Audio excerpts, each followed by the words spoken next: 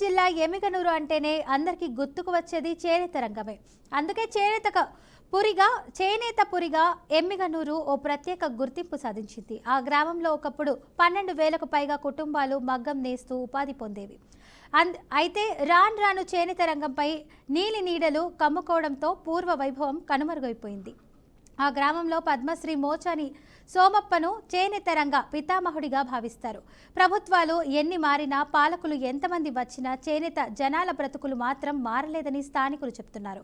కేంద్ర రాష్ట్ర ప్రభుత్వాల నుండి చేనేత నేస్తం అందకపోవడంతో మాస్టర్స్, వీవర్స్, గద్వాల్ ట్రేడర్స్ చేత శ్రమ దోపిడీకి గురవుతూ రోజుకు గండంగా జీవనం గడుపుతున్నామని బాధితులు అంటున్నారు. చేనేత కుటుంబాల పరిస్థితిపై మా ప్రతినిధి బసవరాజ్ మరింత సమాచారం అయితే అందిస్తారు.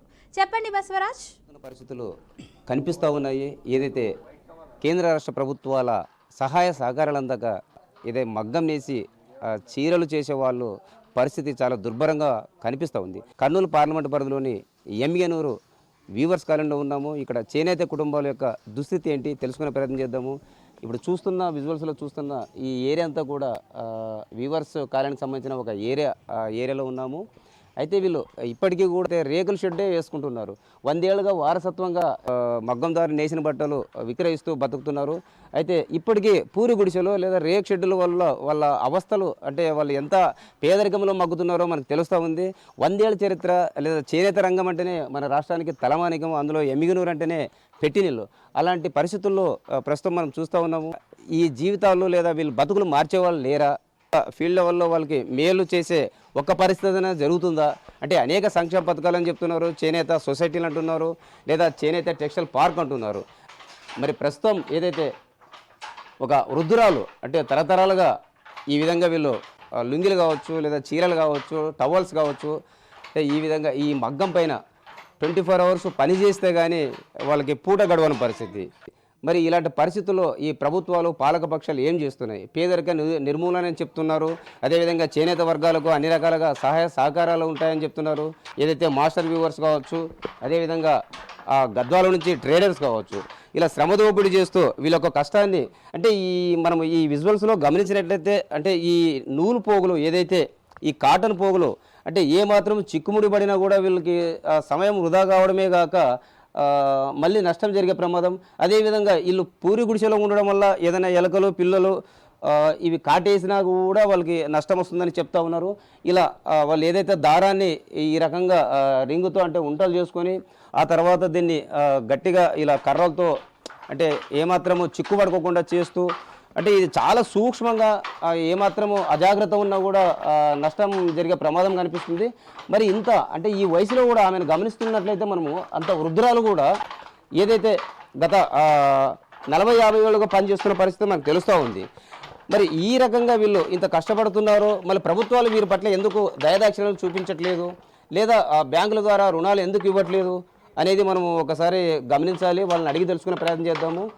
అమ్మ చెప్పండి, మీరు ఎన్ని సంవత్సరాల నుంచి చేస్తున్నారు ఇట్లా? చిన్నప్పటి నుండి చిన్నప్పటి నుంచి చేస్తున్నారా?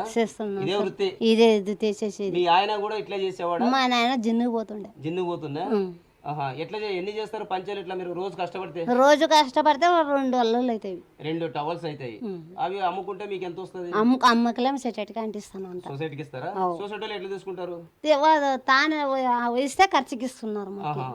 ఈ పని అంతా మీరు ఒకరే చేస్తారా? మీకు ఎవరైనా సహాయకులు ఉంటారా? ఎవరు లేరు, నేనే చేసుకుంటాను. మీరే చేసుకుంటారు? నేనే చేసుకుంటాను. రోజుకు 2 టవల్స్ చేస్తారు? నేస్తాను సార్. ఎన్ని సంవత్సరాల నుంచి చేస్తున్నారు? అప్పటి నుండి నేస్తాను, ఇప్పుడే కాదు. ఇప్పుడు గవర్నమెంట్, మీరు ఇంత కష్టపడతారు, గవర్నమెంట్ మీకు ఏం చేస్తా ఉంది? గవర్నమెంట్ ఏం చేస్తారు? వస్తావు అంటారు, అంతే. ఇంకేం చెప్తే వస్తావు దుడ్లు అంటారు. ఓకే, ఇంకేం లేదు. మరి వయసు అయిన వాళ్ళకి పింఛన్ కూడా ఇస్తామన్నారు. పింఛన్ వస్తుంది సార్, వస్తుంది సార్. మరి ఇట్లా మీరు కష్టపడి చేస్తున్నారు, అప్పు సొప్పు పాలవుతున్నారు. బ్యాంకులో రుణాలు ఇస్తున్నాయా మీకు? లేదు, అప్పుడు రుణాలు లేవు. సబ్సిడీ రుణాలు ఇవ్వట్లేదు? లేదు, ఇచ్చేవి లేదు. కుటుంబం అంతా ఇదేనే ఆధారము? ఇదే ఆధారమే నాకు. ఓకే. మరి ఇన్ని సంవత్సరాలు చేస్తున్నారు, ఇంకా రేకుల షెడ్ ఉంది, ఇల్లు కట్టుకోలేదా నువ్వు? ఇల్లు కట్టుకుని ఏం సమస్య ఏం లేదు సార్. సో అంటే వీళ్ళు చెప్తుందాన్ని బట్టి, అంటే పరిస్థితి అయితే ప్రభుత్వాల నుంచి కానీ ఇతర పాలకుల నుంచి కానీ వీళ్ళకి ఎలాంటి సహాయ సహకారాలు లేని పరిస్థితి మనకు తెలుస్తూ ఉంది. వారసత్వంగా మీకు ఈ వృత్తి వచ్చా ఉంది. మరి ఎందుకు మీ పట్ల ప్రభుత్వాలు కానీ లేదా మీ కుటుంబాలు, మీ జీవితాల పట్ల ఎవరు శ్రద్ధ చూపట్లేదు? ఏమంటారు? ఏ ప్రభుత్వాలు వచ్చినా కూడా చేనేత రంగము వ్యవసాయ రంగం తర్వాత చేనేత రంగం ముఖ్యమైనది. కానీ అలాంటి చేనేత రంగాన్ని ఈరోజు విస్మరిస్తున్నారు ప్రభుత్వాలు. దీనికి దాదాపుగా పోటీ ఉండడం చేత మొత్తం యాన్ల మీద ఉత్పత్తి అయ్యే 11 రకాల రిజర్వేషన్ మొత్తం పౌరుల మీద ఉత్పత్తి కావడం చేత యాన్లం చాలా దెబ్బతినడం జరుగుతుంది. అందులో కూడా సబ్సిడీలు వచ్చినా బ్యాంకు రుణాలు వచ్చినా వచ్చినా సొసైటీలకి ఫస్ట్ వస్తాయి, మాస్టర్ రివర్స్కి వస్తాయి. ఇంకా మిగతా మగ్గాలు వేసేటోళ్ళకి కష్టపడేటోళ్ళకి మాత్రం ఏమి రూపాయి రాదు. ఏదో ఈ మధ్యన కొద్దిగా చేనేత పెన్షన్ పెట్టినారే కానీ ఆ చేనేత పెన్షన్ కొంతమందికి అందుతున్నాయి, అందరికి అందడం లేదు. ఎందుకంటే వయసు రీత్యా 50 ఏళ్ళు నిండిన వాళ్ళకే ఇస్తున్నారు అది, కానీ ఇవ్వడం లేదు చాలామందికి. అది కూడా కొన్ని కార్మికులు పని చేస్తున్నా కానీ వాళ్ళకి సరైన కూలీ అందడం లేదు. కాబట్టి దానికోసం మేము కూడా ఏ ప్రభుత్వాలకు వచ్చినా మన కార్మికులకి సరైన కూలీ, సరైన గిట్టుబాటు ధర, సరైన చీరలు అమ్ముకపోవడం లేదు. ప్రభుత్వాలు ఎమ్మెల్యేలు కానీ ఎంపీలు కానీ ప్రధానమంత్రులు కానీ అందరూ ఉన్నారు, కానీ మన కార్మికుల మీద ఎక్కువ దృష్టి పెట్టి మమ్మల్ని ఆదుకుంటే బాగుంటుంది. కానీ ఈరోజు జరిగే పరిణామాలు చూస్తూనే ఉన్నారు. చేనేత రంగం ఎలా కుదేలైపోయిందంటే పవర్ లూమ్స్ వచ్చింది. ఈరోజు పెద్దలు చెప్పినట్ల కొన్ని పెద్ద సంస్థలు వచ్చి అంబానీ గారు వాళ్ళు ప్రైవేట్గా పవర్ లూమ్స్ ఏర్పాటు చేసి చేనేత రంగాన్ని దెబ్బతీయాలని దాంతో ముఖ్యంగా చూస్తున్నారు. అదొకటి. ఆ తర్వాత మాకు కళ నేర్పించిన మహానుభావుడు పద్మశ్రీ మాచాన సోమప్ప గారు. ఎందుకంటే 1930వ సంవత్సరంలో ఆయన IWCS అంటే ఎమ్మెనూర్ వీవర్స్ కోఆపరేటివ్ సొసైటీ అనేది స్థాపించి మన భారతదేశంలోనే మన చిత్రపటాన్ని ఎమ్మెనూర్ పెట్టింది ఆయనే మహానుభావుడు. ఆయన స్మరించుకుంటున్నాము. అలాగే మొన్ననే ఏదైతే ఉందో చేనేత కళను భౌగోళికంగా గుర్తించింది మన కేంద్ర ప్రభుత్వము. చేనేతలు కుదేలు కావడానికి కారణం మెయిన్ మాస్టర్ వ్యూవర్స్ వాళ్ళు, ఆయన తర్వాత మన గద్వాల్ శారీస్ వాళ్ళు ఇప్పుడు ఎమ్మెనూరుకి వచ్చి గద్వాల్ శారీస్ వాళ్ళు కబద్ద హస్తాల్లోనే వెళ్ళిపోయినాం.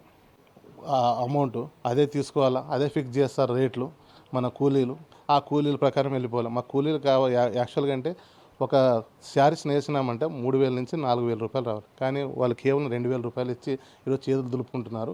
ఒక వారంలో ఒక చీర అవుతుంది. అది ఈ పిల్ల పాపలతో అంతే దాదాపు ఏమన్నా 4గురితో ఉండి పని చేసుకుంటేనే అవుతుంది. అలాంటి స్థితిలో ఉన్నాం. అంటే ఒక చీర నేసినప్పుడు 4-5 వేలు ఇవ్వాల్సిన పరిస్థితుల్లో 2,000 3,000 ఇచ్చి అంటే సగము వీళ్ళకి ఇచ్చేసే సగము వీళ్ళ నుంచి దోపిడీ చేస్తున్న పరిస్థితి. చేనేత కళ అంతరించిపోతున్న పరిస్థితులు కనిపిస్తూ ఉన్నాయి.